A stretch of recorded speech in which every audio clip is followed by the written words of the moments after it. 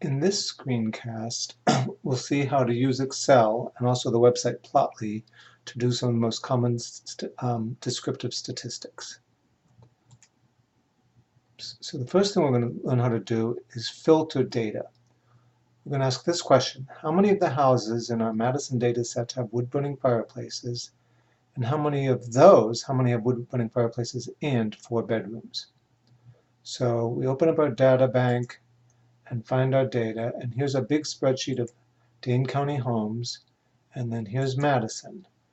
We want to know how many have wood-burning fireplaces. That's how many said yes to this question. So we do something called filtering. First, we scroll over to this 1 and click on it, which selects that whole row. Then we go to Sort and Filter and choose Filter.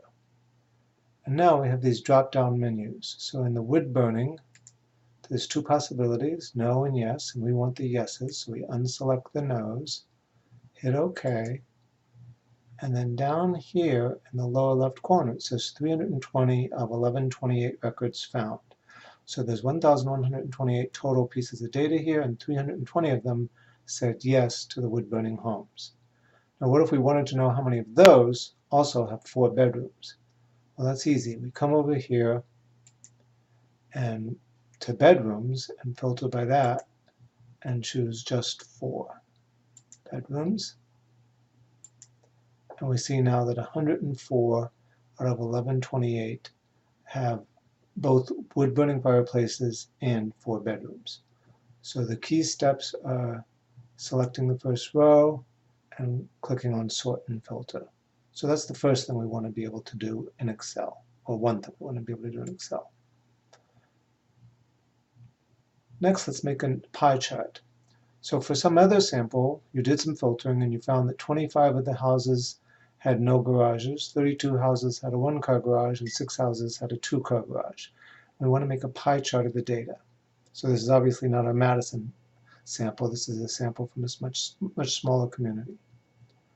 So let's go here. So this is the data that we found. So we filtered and we just wrote these words in and put in the numbers. And to get a pie chart, it's easy. We select all the data, just left click and drag, and then we insert, and we come over here to charts, and we choose pie chart. And notice that we can get different styles with the percentages, without the percentages. Let's choose this one, and we can change the title. Houses in Tiny Town. So in the small community of Tiny Town, 51% have a 1-car garage, 40% have no garage, and 9% have a 2-car garage. So that's how we make pie charts. Select the data and then insert the appropriate graph. How about box plots?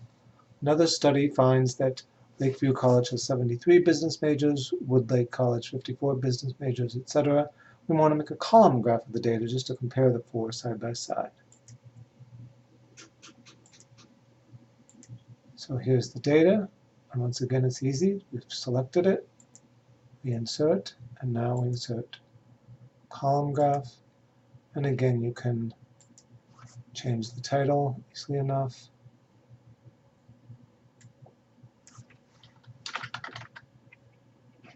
Business majors at 4 colleges. Okay, so that's how we do that one. Making a scatter plot. Show the relationship between the size of a house and a sample of Fitchburg homes and the price. So I've already gone into our data set and copied the columns for the size, total finished square feet, and the price. And you want your scatter plot to have size on the x-axis, finished square feet on the x-axis, and price on the y-axis. We're seeing how the price rises with the size, so that's the sensible way of doing it. And when you're making a scatter plot, the x-axis has to be on the left of the data for the y-axis. X comes before y in the alphabet, and the column for the x has to come before the column for the y. So we select both columns together, insert, go over here to scatter plot, choose a scatter plot, and there we have it. And we see, as we've seen in class, that the bigger the house in finished square feet, the more the price. Okay. Next up, make a histogram of the size of houses in a sample of Fitchburg homes. Histogram. So histograms, Excel does not do histograms nicely. So what we're going to do is we're going to a site called Plotly, and you should create an account there. It's free if you want to be able to do this. So we go to the site for Plotly, and I'm already logged in. I go to Workspace, and it's creating a workspace for me. Okay, and then up here, Grid 1, that's where I'm going to put the data.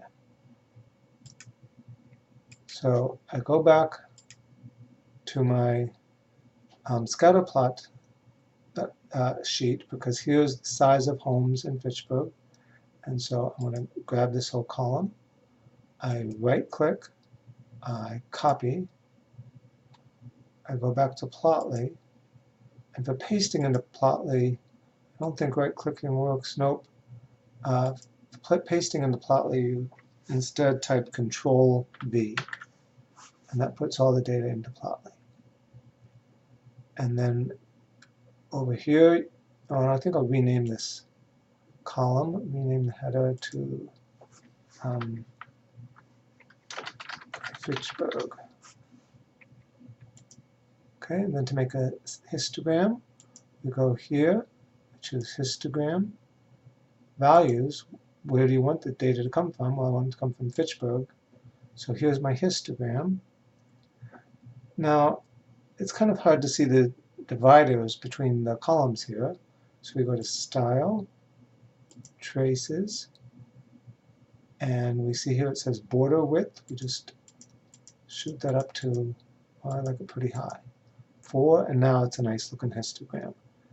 And down here we put size in square feet.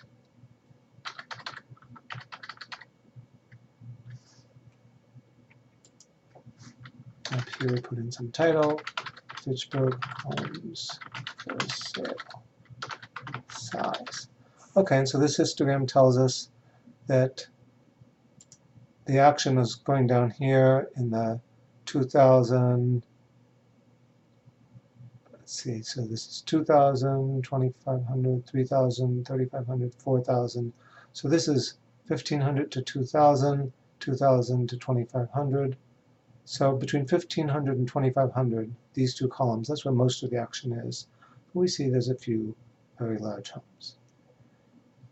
And if I wanted to paste this into a Word document, I think the easiest way of doing it is with Microsoft snipping tool. Lets you grab part of the screen. You just select it, and now it's here, and you can copy it and paste as into a Microsoft Word document, for example.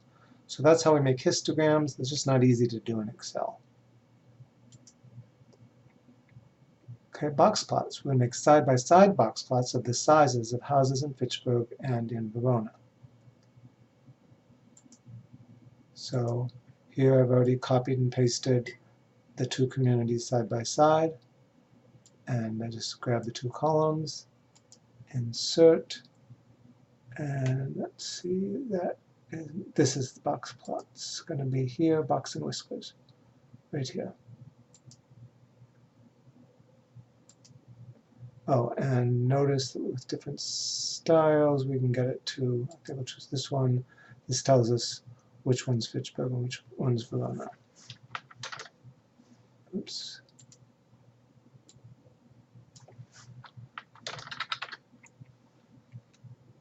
That's interesting. Oh, okay.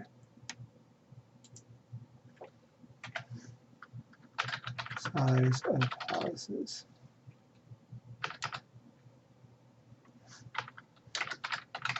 Fitchburg versus Verona. Okay, and so we can see that Fitchburg homes are maybe a little bigger and have some more extreme outliers. Okay. And finally, we want to, again for homes in Fitchburg, find the mean, the median, standard deviation, and the 5-number summary.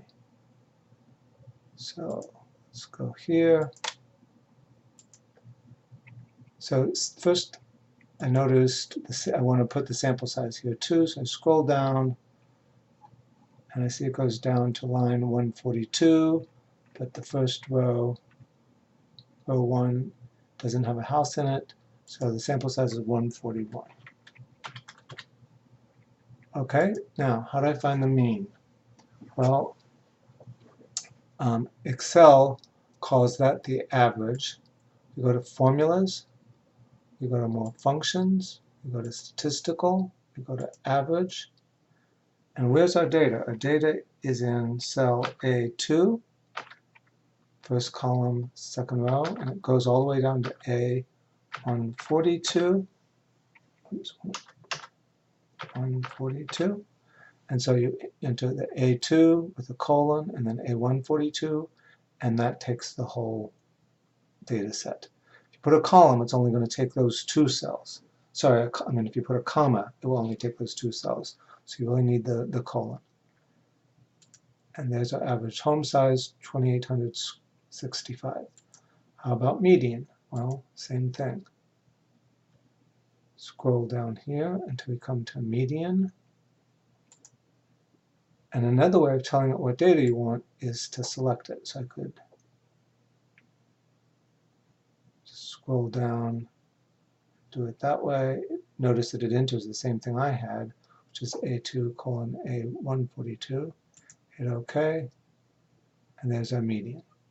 So a little bit smaller than the mean, and that's because there's some really big homes there. Okay, standard deviation. There's a couple kinds of standard deviation.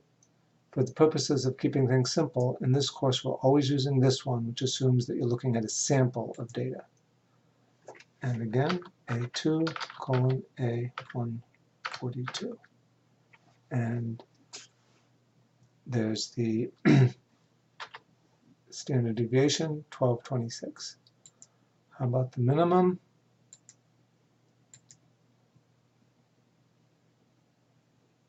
I'll scroll down to minimum.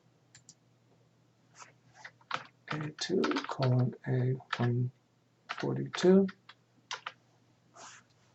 Now the first quartile, the 25% mark.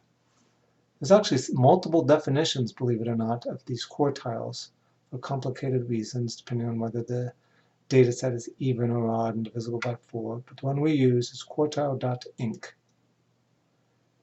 And it's in A2 colon A142. And for the Q1, we put in for quart. Notice the minimum value is equal to, if we put in 0 here, we'll get that minimum that we already had. Putting in 1 gives us the first quartile, 1976. And now I'm going to do something a little bit tricky. Instead of doing that 2 more times, I'm going to move over to the right-hand corner here until it looks like this black plus sign, and I'm going to drag that. Oh, actually, it's not going to work now that I think about it. I'll show you that in a bit. Sorry. So again, I'll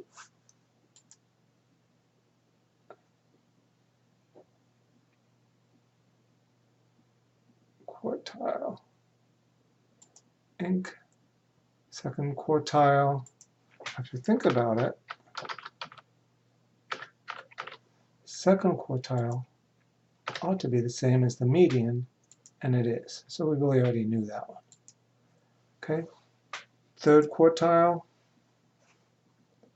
same thing. 2 colon A142, third quartile. So 75% of the houses are smaller than 3,500 square feet, 25% or more. And then the maximum, you could either put in the fourth quartile, just continue what we were doing, or we could use the maximum function.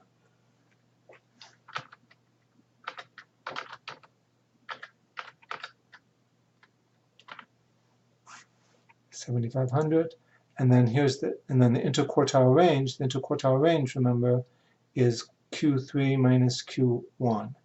And the easy way to do that, of course, we could just pull out our calculator. But in Excel, we type in an equal sign to let Excel know we're doing a calculation. Then we select this one, and we hit a minus sign. And then we select this one, and then we hit enter, and it does the calculation for us. So the standard deviation is 1,200. The interquartile range is 1,500. And both of those are a measure of how spread out the data is. And then the last thing I want to show you, I started to do it, I think that's the last thing. I started to do it with the quartiles, but it wasn't going to work there. I'm going to come back here to the scatter plot sheet, not the scatter plot, the box plot sheet, where I have Fitchburg and Verona side by side, and I'm going to find the average of both of these, the mean of both of those, Fitchburg and Verona, and there's an easy way when we're doing something like this. So we type in the formula for the average for column A,